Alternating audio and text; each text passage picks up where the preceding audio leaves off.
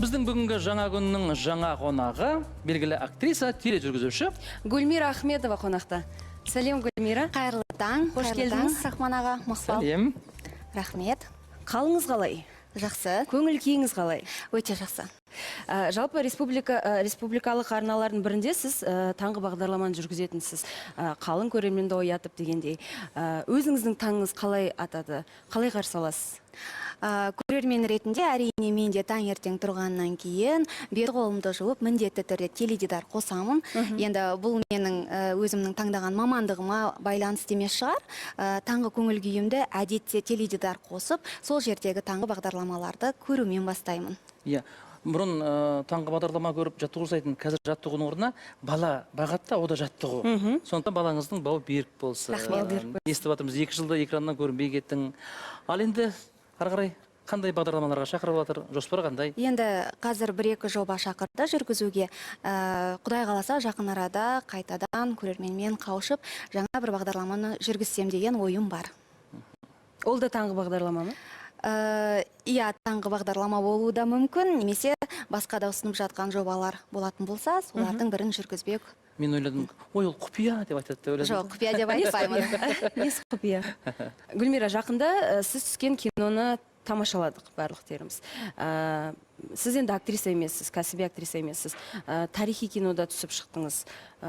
Жалпы қалай қиындыққа түсті ме? Қандай қиындықтар туындады? Рөлді сомдау жағын айтып жатсыз. Иә, түсірілім барысында мүмкін. Иә, бұл кино негізінен әлі барлық республикалық арналардан көрсетілген жоқ. Сондықтан да мен айта алмаймын, қалың көрерменнің бәрі көрді бұл фильмді деп. Егер сіздер көрген болатын болсаңыздар, өте қуаныштымын. Әрине, киноның аты Мағжан деп аталады. Бастапқыда деректі фильм болып жоспарланған. Одан кейін түсірілім барысында режиссер өзі жоқ, Мағжандай ақиық ақынға деректі фильм аздық етеді деп, және түсірілген материалдарға байланысты бұл фильмді деректі көркем фильм етіп дайындады, монтаждады. Мағжан деп аталады. Мен сол жерде Мағжанның зайыбы Злиханың рөлін сомдадым. Әрине қиын болды. Мен кәсіби актриса емеспін. Рөлді сомдау енді Рахман аға білетін шығар, кәсіби актрисалардың өзіне қиындық етеді.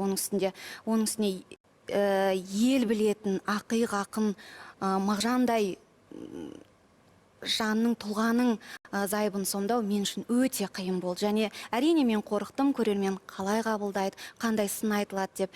Дегенмен шешінген судан тайынбас деп кастингтен өткеннен кейін барымды салып, енді абай айтады ғой, болмасаң да ұқсап бақ деп. Көрдім, сомдап. Енді қалай рөлге бірден кіріп кеттіңіз ба, жоқ әлде бір сондай бір тәсілдер бар ма, сол кейіпкердің бір қалай айтса болады? Кейіпкердің бейнесін ашу жолында. Сомдау жағында қалай?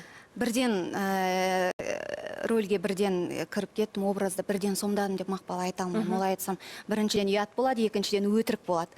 Алдында кастинг болған кезде маған режиссердің берген тапсырмасы біріншіден маған Злиханың өмірде қандай жан болғанын, қандай әйел болғанын түсіндіріп берді. Өзімде интернетті, ғаламторды ашып, әбден оқып, ол кісі жайында біраз деректерді ізденіп, біліп барып қана бұл рөлге алдым. Жалпы өмірде болған тұлғаларды ойнау өте қиын. Өте қиын. Ол Мағжан болсын, оның зайыбы болсын. Жалпы ұқсастық бар ма екен? Сол жаңа кейіпкермен сізде? Енді ұқсастық мүмкін махаббатқа деген адалдықта шығар. Мен де өзімнің жолдасыммен біраз жылдар бірге дос болып, сол жолдасыма тұрмысқа шыққан болатынбыз. Екеуміз студенттік кезден бірге жаңағы оқып, бірге жүріп, қол ұстасып, бірге талай жыл жүріп, одан кейін барып отасқан болатынбыз. Әбден сыналған, шыңдалған махаббатта олардікі? Ұқсастық сол жағынан бар. Және де бұл жерде Злиханың образы жалпы сол қиын қыстау заманындағы қазақ әйелдерінің қалай айтсам екен, ер азаматтарына деген адалдығы, оларды қолдай білуі, соның бәрін сомдап көрсету керек болды. Сол жағы маған қиын болды. Және актриса емес болғандықтан біз жаңағы бірден образға еніп, жылап, күлу деген дүниелер бізге енді. Қалай айтсам екен, қиындық тудырды. Жалпы көптеген актерлар фильмге түскеннен кейін барып артынан қап, мына жерін былай ойнау керек еді, мына жерін басқаша істеу керек деген сондай ой болды ма?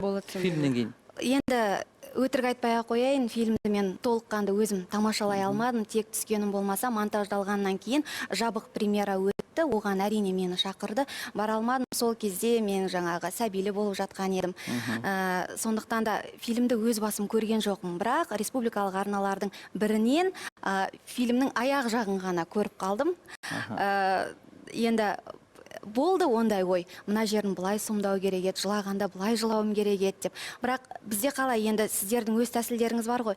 Бізде жаңағы жылау үшін сол Злиханың образына кіргеннен кейін бірден өзіңнің бір өміріңде өткен қиыншылықтарды есіңе түсіріп, ол жаңағы ұйқаспай қалып, маған бұл рөлді сомдауға негізінен айта кету керек. Белгілі актер жаңағы Мағжанның рөлін сомдаған Дулыға ағамыз, Дулыға Ақмолда өте көмектесті. Мен сұрадым, аға, сіздер қалай жылайсыздар десем, әр актердің өзінің тәсілі бар дейді. Дегенмен жаңағы барыңды салып, қасыңдағы әріптесің көмектесіп жатқан кезде, соның түріне қарап сомдау оңайырақ болады екен, жеңіл болады екен. Оның үстіне қасыңда тәжірибелі маман болған кезде. Гүлмира, одан кейін, осы фильмнен кейін басқа фильмдерге шақырулар түсіп жатыр ма? Шақырулар түсіп жатыр десем өтірік болар. Шақырулар әлі түсіп жатқан жоқ. Мен айтып отырмын ғой, біраз отбасына көңіл бөліп, біраз экраннан алыстап кеттім. Егер шақыру түссе, онда?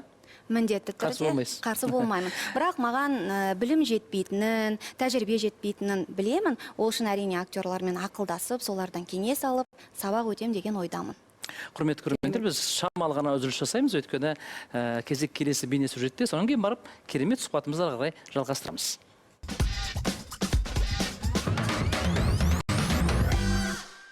Қазақ халқының ерте заманнан бері құндылығын жоғалтпай күнделікті тұрмыста қолданылып жүрген үй жиһаздарының бірі сандық. Көшпелі халықтар үшін ең ыңғайлы бұйым болып саналатын сандықты қазақтың әр шаңырағынан кездестіруге болады. Қызы тұрмысқа шыққанда жасауын осы сандыққа салып апаратын дәстүр әлі де бар. Оны қазақ шеберлері сыртқы безендірілуінің өзіне ерекше мән беріп, түрлі асыл тастармен көмкеріп, ұзақ уақытқа пайдаланатындай етіп, қайың, терек, көктерек, кейде қарағай тақтайларынан қиюластырып, мықты ағаштардан құрап жасаған.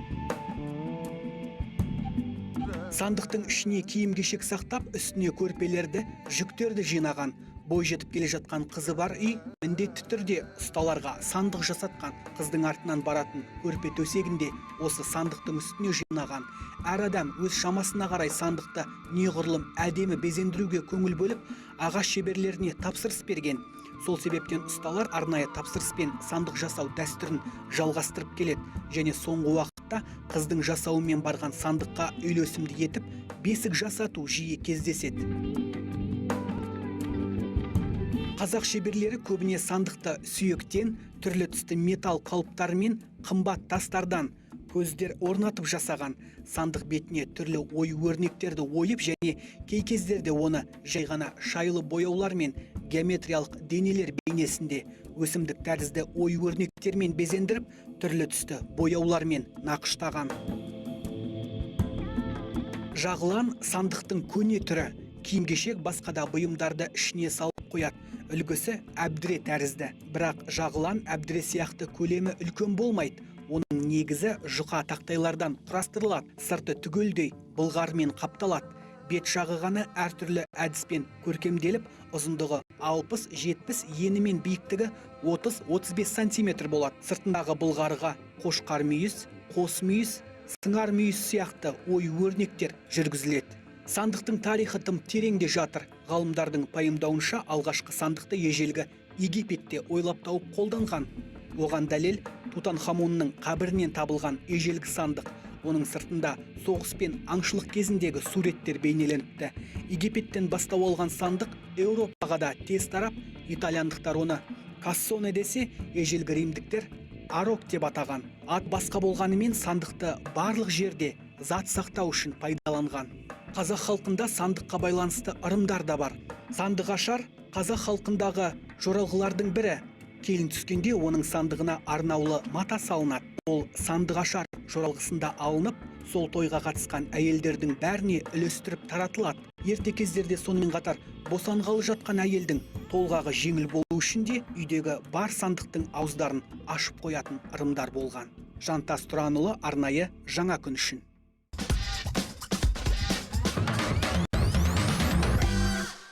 Қайырлы таң, құрметті көрермен. Бұл жаңа күн бағдарламасы, және де бізде қонақта бүгін Гүлмира Ахметова деген әдемі тележүргізуші. Гүлмира, негізі мамандығыңыз қандай? Қай саланы меңгердіңіз? Негізгі мамандығым филология. Филологияны бітірдім Әл-Фараби атындағы Қазақ ұлттық университетінің. Бірақ екінші курстан бастап телевидениеда жұмыс істеп келе жатырмын.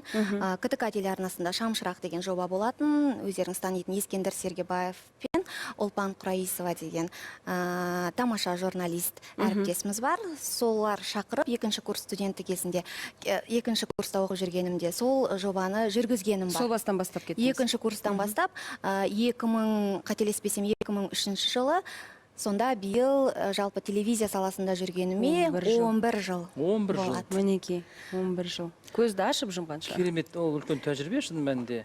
Мен қанша жыл жүргенімді айтпай ақ қояйын десе. Жалпы әріптестерім көп. Теледидарда енді қолын қалт еткен кезде баладан қарайсың, көресің деп ойлаймын. Жалпы журналистерге, тележүргізушілерге не нәрсе жетіспейді деп ойлайсың қазіргі таңда? Енді 11 жыл телевизия саласында жүрекем деп, бұндай сұраққа жауап беруге болмайды деп ойлаймын. Өйткені 11 жыл бұлай көп уақыт болғанымен, ол өте аз. Өйткені менен де білікті 30, тіпті 40 жыл бойы өзінің бар өмірін телевизия саласына арналған мамандар бұл сұраққа жауап берсе дұрыс болады. Меніңше, мен бұл сұраққа жауап бере алмаймын. Бірақ дегенмен менің ойымша, бізде көптеген көрермендер айтып жатады: ой, ана Ресейдің жобасын көшіріп алыпты, ана шетелдің жобасын неге өзіміз шығара алмаймыз деп. Менің ойымша, бүгінгі таңда журналистер де, продюсерлер де жаңа тың жобалар шығара алады. Тек оны қалың көрермен қабылдай алса болғаны. Бізде де білікті мамандар бар, бізде де мықты тележүргізушілер бар. Тек жаңағы ол жобаны да Ресей мәселен шетелден алады. Бірақ соны қызықты, оны қызықты етіп жүргізу әрине біріншіден кәсіби маманға байланысты. Сондықтан да жақсының жақсылығын алу керек, онда тұрған ештеңе жоқ. Ал болашақта менің ойымша әлі тың жобалар жарыққа шығады, оны мықты жүргізушілер жүргізеді. Ал мынау жетіспейді деп мен әзірге айта алмаймын. Өйткені әр көрерменнің қабылдауы әртүрлі. Дұрыс па? Талғамы әртүрлі. Осы орайда бір сұрақ қойып кетейін. Қазіргі таңда көбінесе продюсерлер жеке жоба ашып, жеке шығармашылығына кетіп жатыр. Сіздің ойыңызда бар ма сондай бір жеке продакшн ашып, бір жобаны іске асыру дегенде, авторлық жоба дегенде? Бұл ой негізінен маған осыдан 3 жыл бұрын келген. Өзім бір жобаны ойлап жүрмін. Сол жобаны Құдай қаласа өзім ашып, толыққанды әлі ешбір эфирде көрсетілмеген жобаны ойлап жүрмін. Құдай қаласа жақын арада деп те айтқым келеді, эфирге шығарғым келеді. Неге байланысты ол? Қай салаға байланысты жоба болады? Енді бұл жерде құпия деп айтып қояйын. Өйткені шынымен де жоқ, саясат саласында емес, саясатқа қатысты емес. Дегенмен ойымда бар Мақпал. Құдай қаласа уақыт көрсетер. Біздің студиямызда өткен жолы Игорь Сахар деген керемет тележүргізуші келген. Сол кезде кімге еліктедің деген кезде, мен ешкімге еліктеген жоқпын, еліктеуге болмайды деді.